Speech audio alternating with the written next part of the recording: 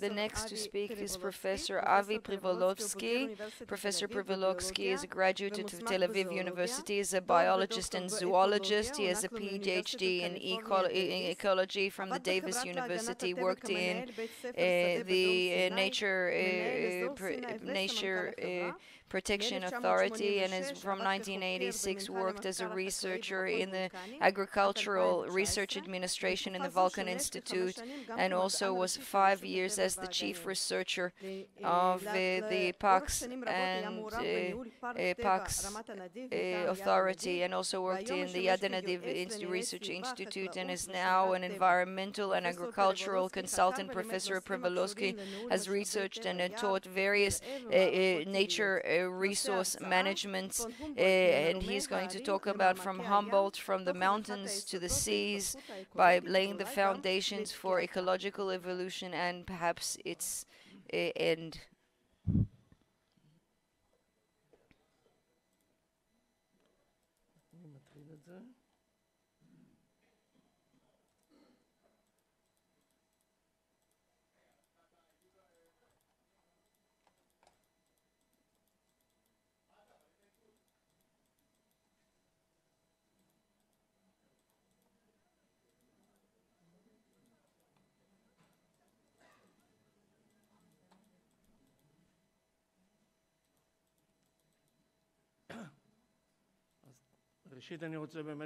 First of all, I want to say thank you for the invite. It helped me a great deal, and as I continue, you will see the connections that have happened between me and Humboldt, thanks to this place. And I'm going to begin with actually an apology that while I prepared, I changed the title, but I'm still talking about the same subject. So we can talk about Humboldt from various angles, and we can see this is the third, and it's very different. We're going to hear about different things, but it's also going to give you another perspective about a person who is amazing in his abilities, and also, you know, a scientist, a researcher, a man of ethics. We're going to talk about the ethics in just a moment, and mostly a mentor in various areas. And the thing that I see here is, specifically since I'm an ecologist by trade, and this was something that I discovered while preparing, we looked at the foundations of his ecological philosophy that were laid by Humboldt, and others extended that, and I'm going to expand on that in just a moment. So I'm going to take you on a journey, and I'm going to take you on a journey particularly about Humboldt, but also because we're looking at ourselves, I'm also going to mention myself personally, but he is the key protagonist. After his death, quite a few eulogies were written of him. This is what was written at the time: the greatest man since the flood, the most important man of our times apart from Napoleon, the most impressive man ever born. These are paraphrases, by the way, that should have some kind of, measure of cover, but he really did earn these descriptives. And as Adir and others said, had Andrea Norvolf not taken her life's mission to delve into the works of Humboldt and write a very comprehensive book that thankfully was translated to Hebrew, we would still today probably not be dedicating a seminar to him, and we, along with a lot of the speakers and lecturers, would not really know the foundations and the enterprise of this key man.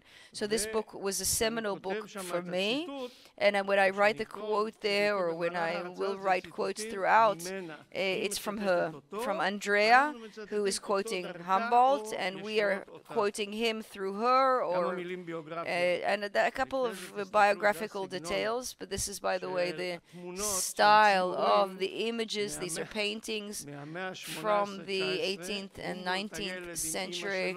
Humboldt, the boy, with his mother holding a barometer, holding scientific devices, or something that we're going to see from day one. A person who was completely addicted to measurements and measurement devices. So he was born in the middle of the 18th century, and died in the 19th century, actually lived to old age, was always in love with nature, but his official learning was in economy. Then he moved to, to mechanical engineering, mostly because of his mother. His father no longer was alive, and his mother wanted him to have something that would help him in the Prussian Empire, and nature wasn't there, so he did what his mom told him, like quite a few of us. But at some point he came to his senses and became an engineer. I sat next to somebody who was in Germany and told me that he met, that he saw the name in the, in the Quarry Museum on the Czech Republic border, and then he left because he used to read various books as a child, and his dream was to get into the tropics, from Prussia to the tropical areas of the world. That's where he wanted to go. Now we have to zoom out for a moment and understand the background to his activities and his profession, his career, because we're talking about a period called the Enlightenment Age. People are leaving the theological-based, Christian-based and Judeo-Christian beliefs that organize the world, the natural world, according to the powers of good and evil. And now we start talking in terms of wisdom, of knowledge. People want to know what is happening in nature, what are the mechanisms and organisms in the natural world, and the claim of scientists in this age of enlightenment and within the social scheme of things, their voice started to grow louder, and scientists also developed amongst themselves, between countries, communications network through letters. Humboldt, by the way, wrote thousands of and received thousands of letters. They're also in the archive, and that's part of the information stored about Humboldt. And when he's teaching, there's not yet a field called natural sciences. This is born, this discipline, that some of us studied natural sciences, whether it's geology, botany, zoology. They are basically established about the years of Humboldt's career, and without him being aware of it, he also contributes to their establishment. So that's something that we'll talk about as well. The viewpoint that is developed at this stage, along with rationalism, intellectualism, and empiricism, that relates to measurements and devices and note-taking, up until the point where electricity at the time was enormously a curious wonder to them, and they conducted many electrical experimentations in which we see what happens when I electrocute myself with a low current. They were also used animals in these, of course, tests, and was already, as was already mentioned, that from day one he had warm relations, Humboldt, with the leading poets of the age in Germany, Goethe, Schiller, and he continued these relationships over the years. But what really drives him is the fact that knowledge, in his view, I agree with him, cannot only be gained by reading books, that you have to go out into the field and experience things in an unmediated way and see what nature actually holds. We talked about medical devices already.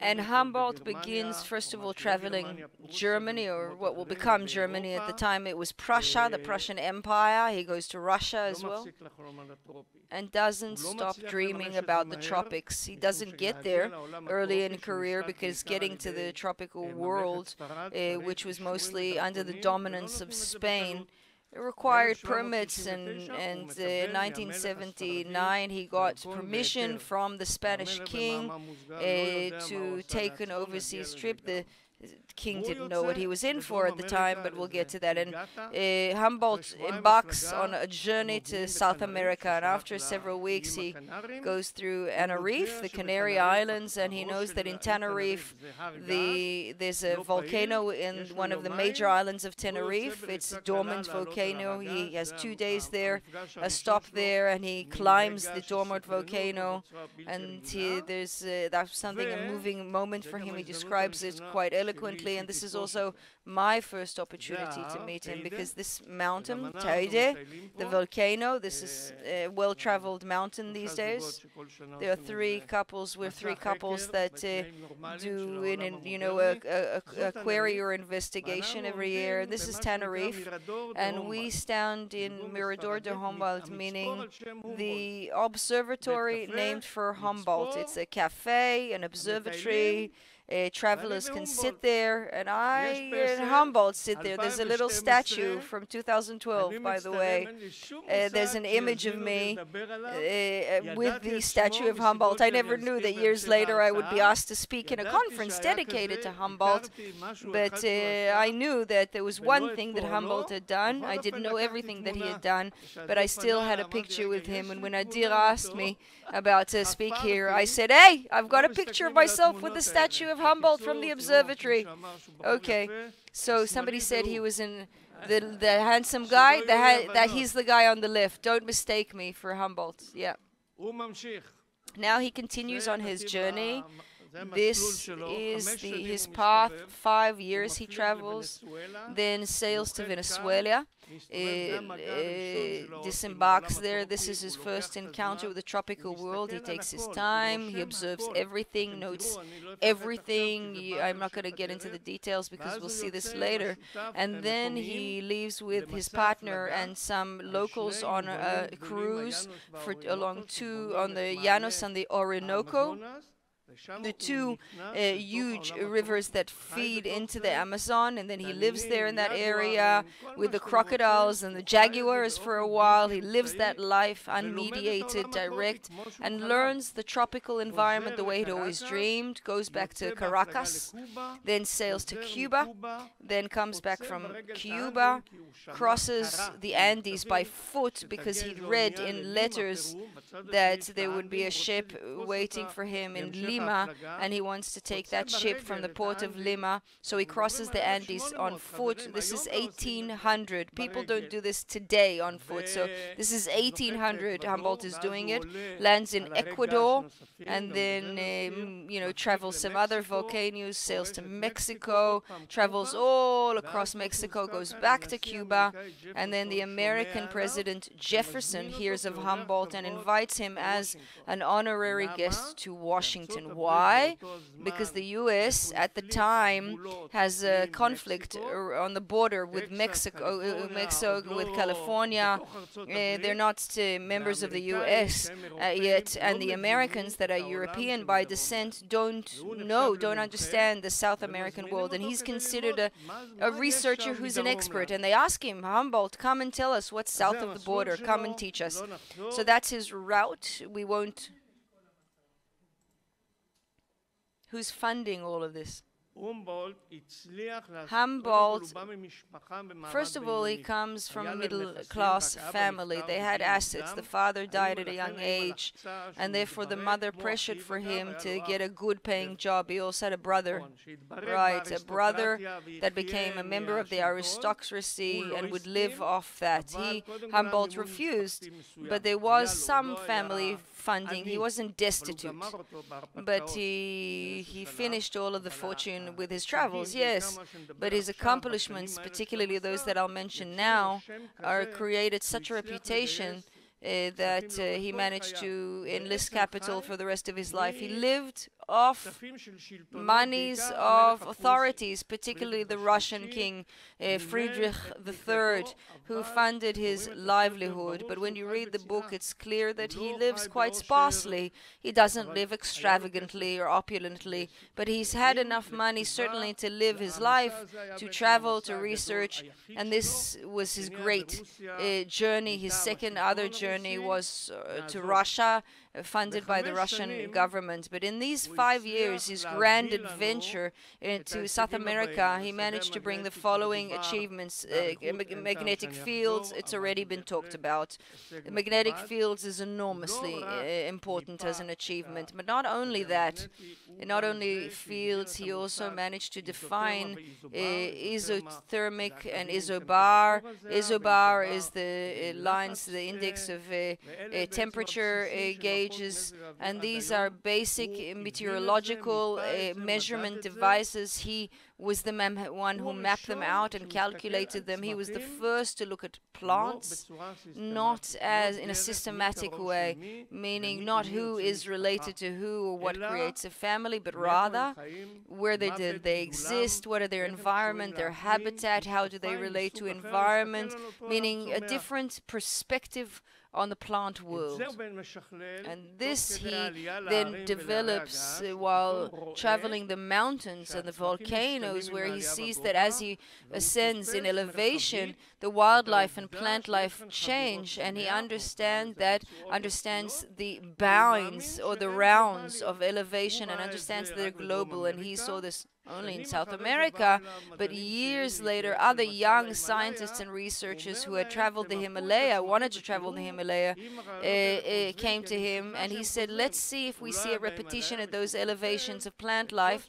He himself didn't go to the Himalayas, but he reads other people's researches and then incorporates that into his final books. And another thing that Humboldt accomplished, he basically measured, there was a current, cold water current that went from the southern end of South America to the westward, the Humboldt currents they're called now, that for years they were known particularly because they raise nutrients from the seabed. A lot of fish and sea life and marine life live off these nutrients, these plankton particles, and these currents are enormously beneficial. And this was the first fertilizer that was also used. Artificial fertilizer was the first thing that sparked the first fertilizer, synthetic fertilizer. We know now that the cold currents impact the entire globe in terms of providing nutrients and other phenomena. Now, in my opinion, we said we'll talk later on, so don't ruin it for me. Okay. El Niño, yes, we'll talk about that. Now, one must understand that the people of his time viewed nature as a very organized, well-oiled machine with its own rules.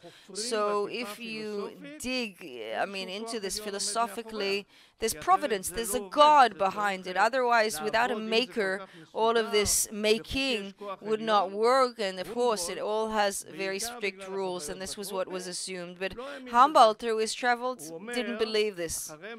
He said, after what I've seen in the jungle, in the fight for light, for food, that is life, that is reality, and there's not order and logic and harmony.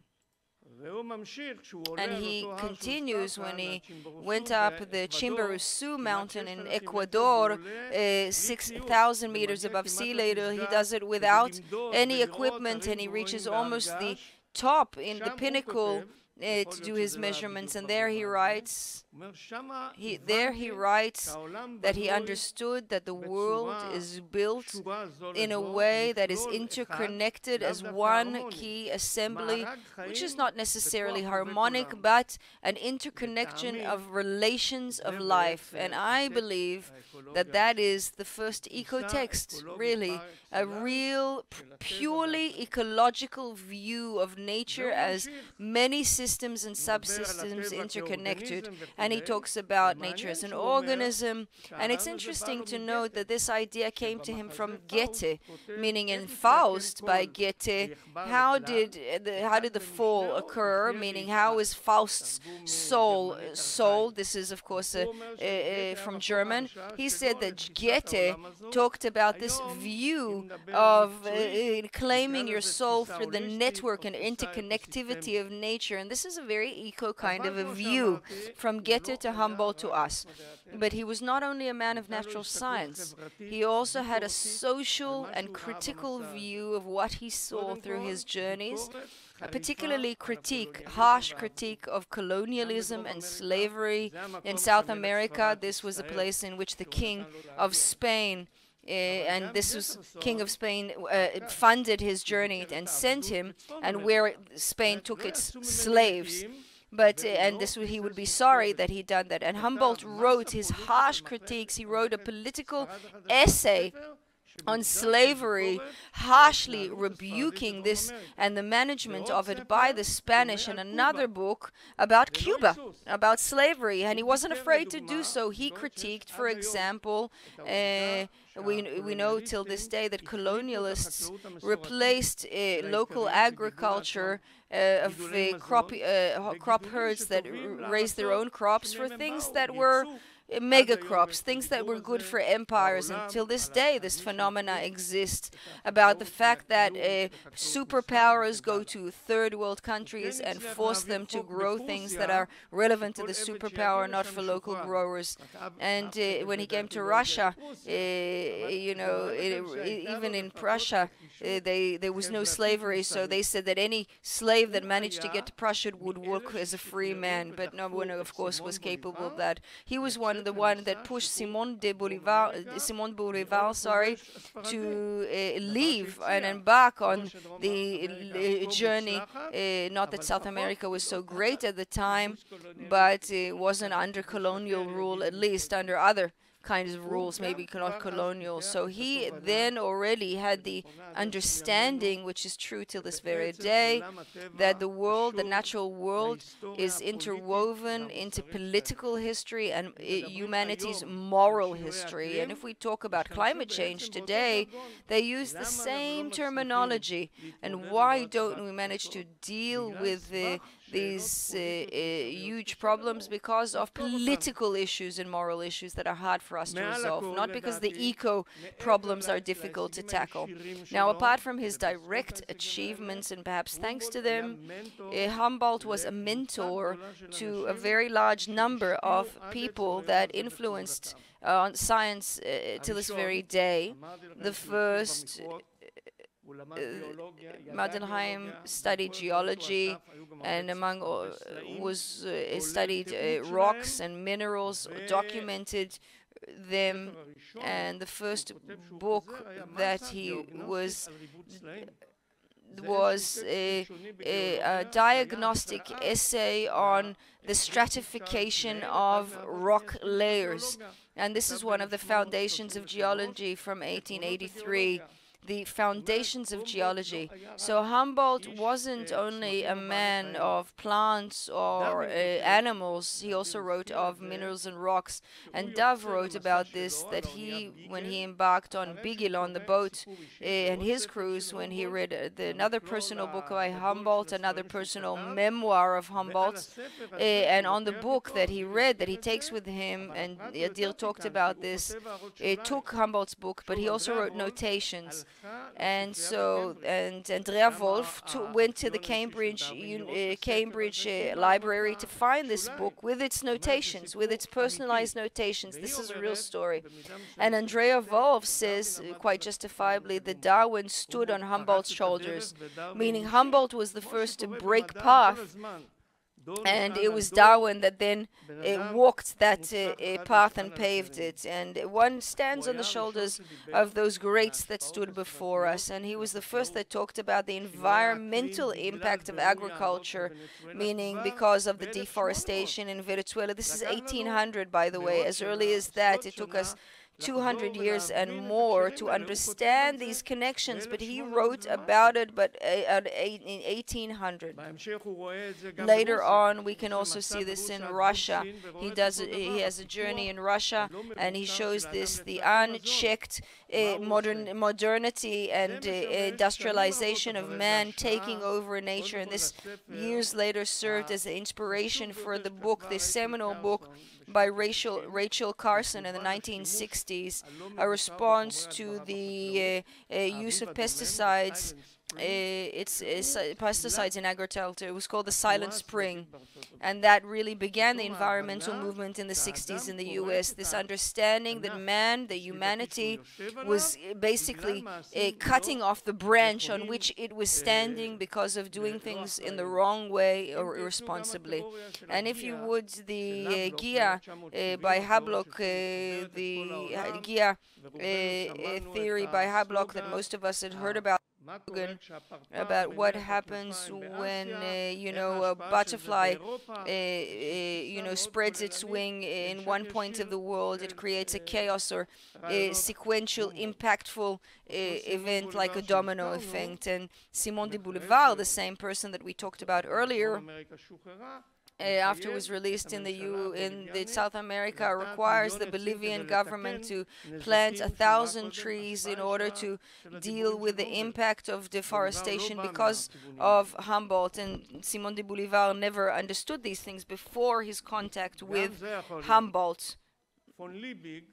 Now, von Liebig, another very important figure, taught humanity about the importance of the world, says that Humboldt understood the importance of certain things. A mentor, Jules Verne, also based some of his ideas on books by Humboldt. And Marsh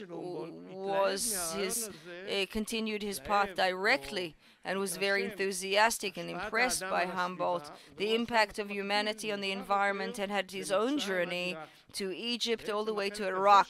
So this part of the world, the old world, so to speak, it was shaped by man years earlier, but no one had noticed. And Marsh published this. He wanted to publish a book and call it Man Breaks Harmony of Nature, but the publisher said, no, that's too much. We have to give it another title, much softer, something milder, Man and Nature. But it's a very important book because that inspired another generation of researchers, and they based their works on Marsh, and the most important is John Urk. He was the father of the American National Park. He convinced the American government to declare Yosemite as a national park, and he lived, breathed Nevada and the area of California. And the first National Park Act was passed in the US because of him. But he writes that even prior to that, he wanted to go to South America. And he said, how passionate am I to be another Humboldt in the world, meaning Humboldt was the light, the beacon, the idol, and we can see how things are interconnected. So if you want, Humboldt was the first to understand the process of destroying nature by man, even for positive things like making food, growing food, and the imbalance. That was the big problem. Marsh, of course, extended Humboldt's work and expanded it, and York was the first to work in the political sphere in order to tackle this problem head on. Now, if we summarize Humboldt as a mentor, I can say that in my opinion he laid the foundation for the discipline of ecology and was also involved in laying the foundations for geology, for eco-protection and natural sciences. So this is a review of a very serious achievement. Now let me go back for a moment to my personal research. I'm going to do my PhD in California. Went to do my PhD in the 80s in California, the University of California. I get a grant to study these guys. They're sheep growers from Peru on the border of Ecuador. This is the view, not really great. There are two mountain boys that cross this area. There's lots of agricultural land around them. The herds of sheep follow them, follow the harvest and the meadow, and go down and cross the fields. It's called despoblados in Spanish, meaning, and the unoccupied areas, because there are only herds there, nobody lives there. They're just pasture lands. That was the basis for my research. That's what they do with their product. And I come to this place in the autumn of 1981. A very wet year.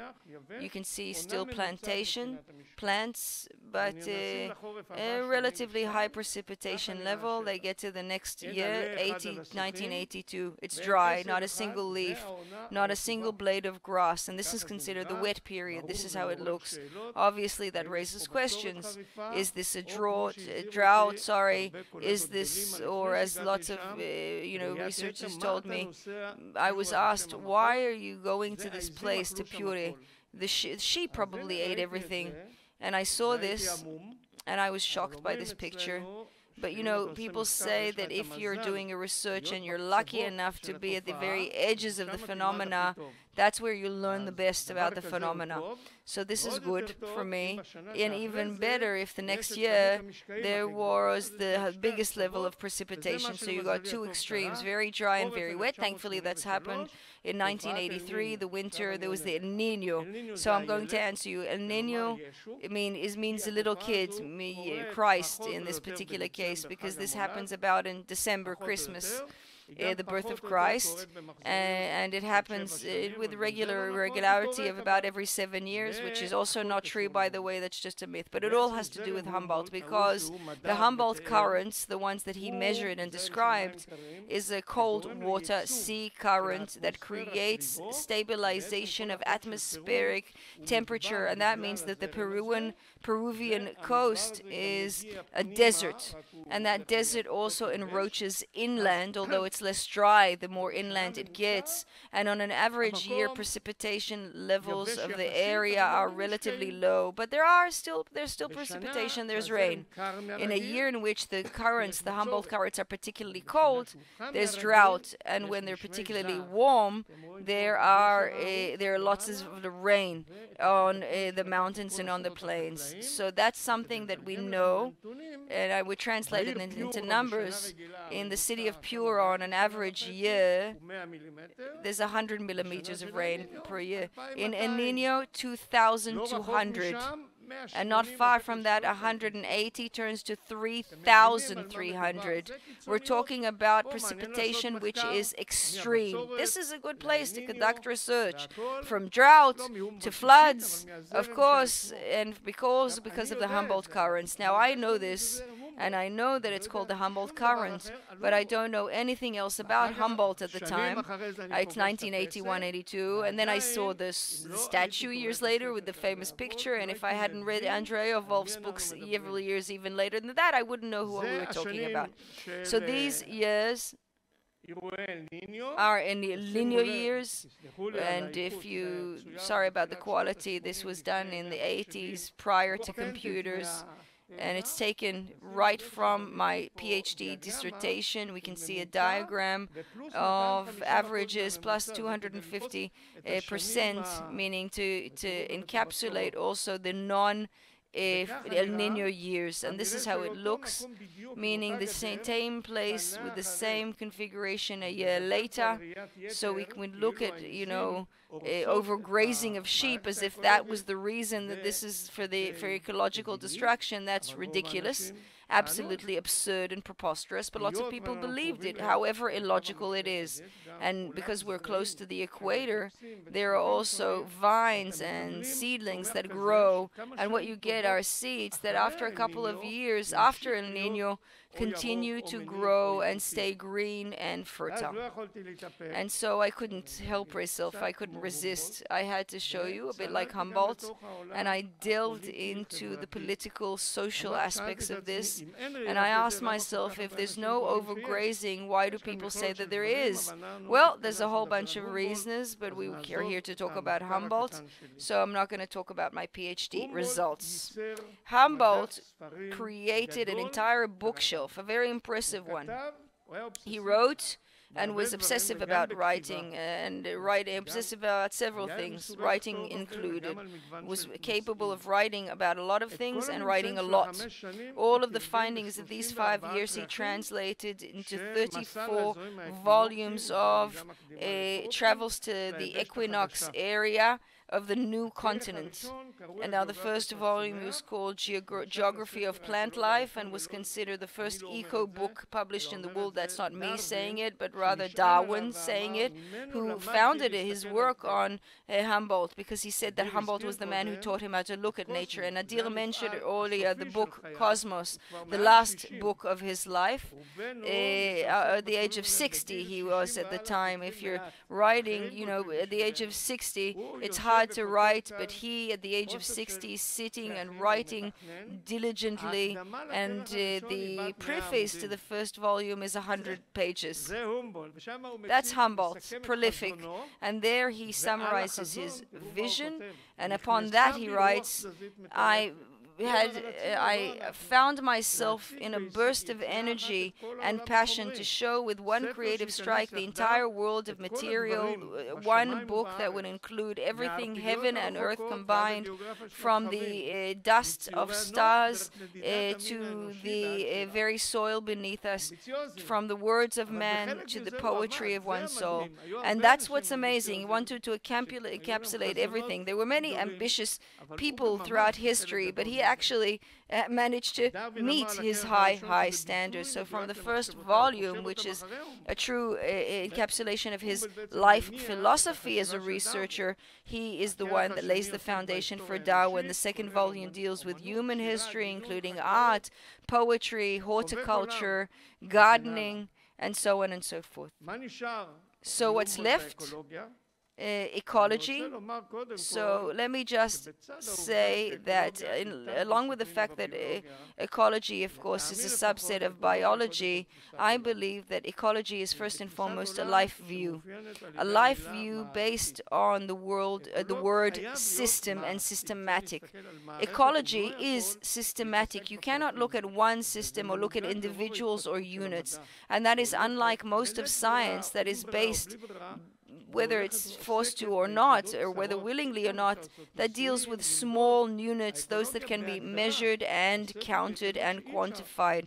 In fact, ecology doesn't deal ever with single units or small batches. It bases itself on systems, multi-systems, and megasystems, and that is thanks to Humboldt. Since then, things have developed. We have marine ecology, dinosaur, paleoanthropic ecology, and every other kind of subset of disciplines. The problem is that this worldview has a price to pay, and it's challenging, and the price is particularly when we would like to deal with practicalities, to manage a field, to resolve problems, and that is because in ecological systems there's no clear boundaries, there's no clear players. The scientist or the manager can decide arbitrarily where they place the boundary and who they're deciding to look at or not. Researchers can do that, but there's no laws that can do that in ecosystems, because they are not defined, like paleomagnetism. There's no clear connections between the broader systems and between evolutionary views like those of Darwin, and all of this are manifested in the place where ecology needs to be managed very practically, in forestry, in marine life, in land management. This is a schematic that I made 20 years ago when I was in the Parks Authority. We had to solve problems, natural problems, nature problems, and the rich of Israel were in the process of, and the resources of Israel were declining. And the question is, how do I come from T1, from the T point, to T2? How do I get from one point in time to the next with good management? And that's what was the schematic dealt with. And one has to understand in which you're trying to only include the most important points in the schematic, but through that you're making a selection process and you're excluding certain criteria. And this schematic, by the way, is pretty good, but it's only good because we don't know any better today how to border or delineate the boundaries in order to grapple with these kind of questions. Other achievements by Humboldt to ecology was his view that there's no balance and harmony in nature. It's not just the old view that was based on providence God, good and bad. The issue of balance, of striking a balance in ecology, is something that we've seen up until the 20th century. Anybody who studied this knows that this viewpoint was first and foremost that nature is stable by nature. And then we had the mathematical equations that talked about that, but Humboldt rejected that entirely. Humboldt thought that the dynamic changes are what happens by default in nature, and only when this book was published, Ecology of Natural Disturbances and Patch Dynamics, only then, for the first time, did people understand that disturbances are the norm. Then in 1989, there was a big fire in the Carmel fires, and people used to say that was a rare occurrence. Now, anybody who works in forestry, they know that fires are not rare, and in fact, that's the norm. They have to get burned. It's just a question of time, of cyclicality. Yes, and then they renew themselves, of course, yeah. So Humboldt died before Darwin's books came to light, but one can see in Darwin's view a clear extension of Humboldt's work. He was the one who also was the first to look at habitat and ecosystems without calling them habitat and ecosystems, but when you read the book, he talks that language. That's the terminology that he used. He talked about key species. He's meaning an engineering species that changes the species around us. He saw this through observances and observations conducted in the tropical areas of South America, and the landscape that he saw, and he saw the use of land and saw the habitats of, and suddenly he saw this and he became the world's first eco-engineer. He described these things. He didn't use the modern terminology, but he used all of the terminology that would be obvious to us today. So where did Darwin's heritage is gone, and fact is that some of us that grew up in these fields is not based on him, on Humboldt. I'll take myself as an example. And I even was around Humboldt's works for many years and didn't know how to attribute this to him. So first of all, one has to understand that there are dozens of sites, buildings named for him, many in the United States. His short visit to the U.S. with the president was enormously powerful and impactful. But over time, apart from structures and sites named for him, Humboldt's name basically disappeared from the pages of history. He wrote almost everything in Old German. Some of it was translated to English, but only years after his demise. The subsets into disciplines, zoology, botanics, and so forth, of course, became a real thing. Everything became a discipline in its own right, and everybody has their own forefathers of their discipline, but they forgot that their real forefather was Humboldt. And there was also critique of Humboldt, even at the time, that he's overgeneralizing, that he is too much of an agent of change, an extremist, but that doesn't diminish his achievements. They're very clear in Humboldt University, in Humboldt County, in California, and the Humboldt University in Berlin.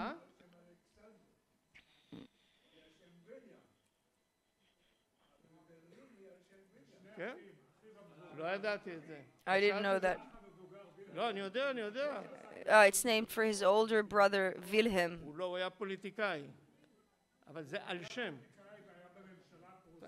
No, the brother was a politician in the Prussian government. Okay. In any case, you can't take the fact that over 300 plants that were defined, that he assembled, that he collected, are based on the names, the Latin names that he gave them, and this is Penguin Humboldt. So, in summary, up until I was required to prepare this lecture, I didn't know Humboldt truly. I knew of him, but I didn't know Humboldt.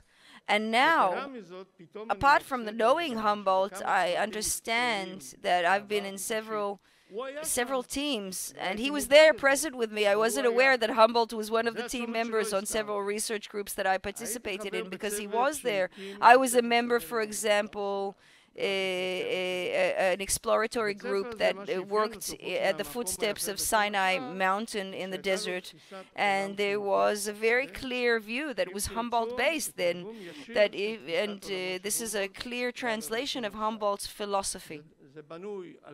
So it's built on the fact that there's a tall mountain, 1,600 meters above sea level, 2,000, that's the peaks, with the climate that it creates, the elevations, a unique mineral and rock structure, the red rock of the desert with agricultural petition, Bedouins and monks that are based on this ecology, and we can see this in the area, the various garden and orchard-based growth. And in the area of Sinai, we can see this from the Byzantine area. There were agriculture there as well. There are signs, archaeological signs, and we can see that the connection between plant life and local life. All of the information that are done in the school that we built there at the Sinai Mountain was based on the philosophy of Humboldt. I mentioned my PhD.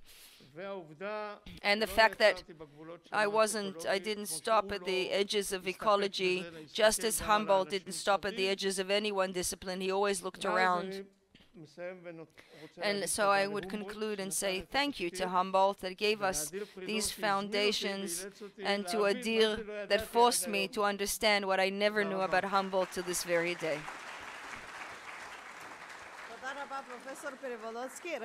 Thank you, Professor Perevolotsky. Wait a second, there may be questions.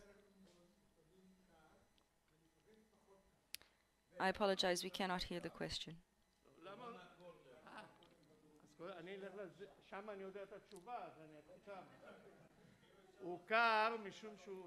He was known because it's an upheaval. It comes from the sea bottom up.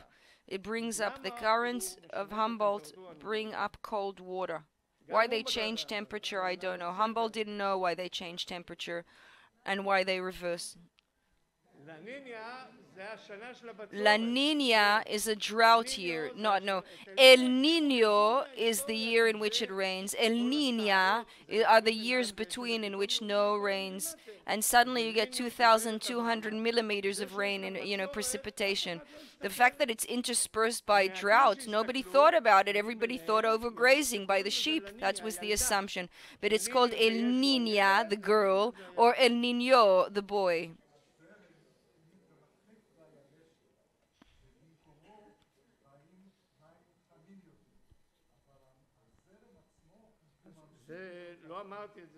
I didn't say that, but what's true is that we know now about the Humboldt current. It does get further and further away from the South American coast all the way to California, but it mostly impacts Australia. We're talking about global systems, and here when you have El Niño in Australia, they have wildfires and droughts. So everything impacts everything else in a ripple effect, but we're not going to get into that at the moment. So Alan Smith, and I have nothing to say about Humboldt and Adam Smith. Okay. We're going to lunch, and I'm not going to compete with lunch. Maybe 2-3 tiny remarks. First of all, the argument that came up here after Wilhelm Alexander's brother was a man of education, and he was the one who also determined the codex according to which universities have functioned, well, till this very day, in fact, the measurements that are used in universities. In any case, it's interesting to say that at the same time, as Avi explained, when Humboldt's mother forced him to study quarry mining and mineral engineering, and that's what he became in the southwest of Germany. He stood there, three things that really combine and settle the argument that it was stirred up. He dealt with geology because he was close to quarries. He identified that the quarries, that that the quarry miners work in the dark, and so he invented a way to light and illuminate their paths, the edicts, in a way that was didn't take up oxygen, and he also worked with them so that they could study. So that's one remark about Alexander Humboldt. The second point, Avi mentioned his interest in and his willingness to have experiments conducted on himself.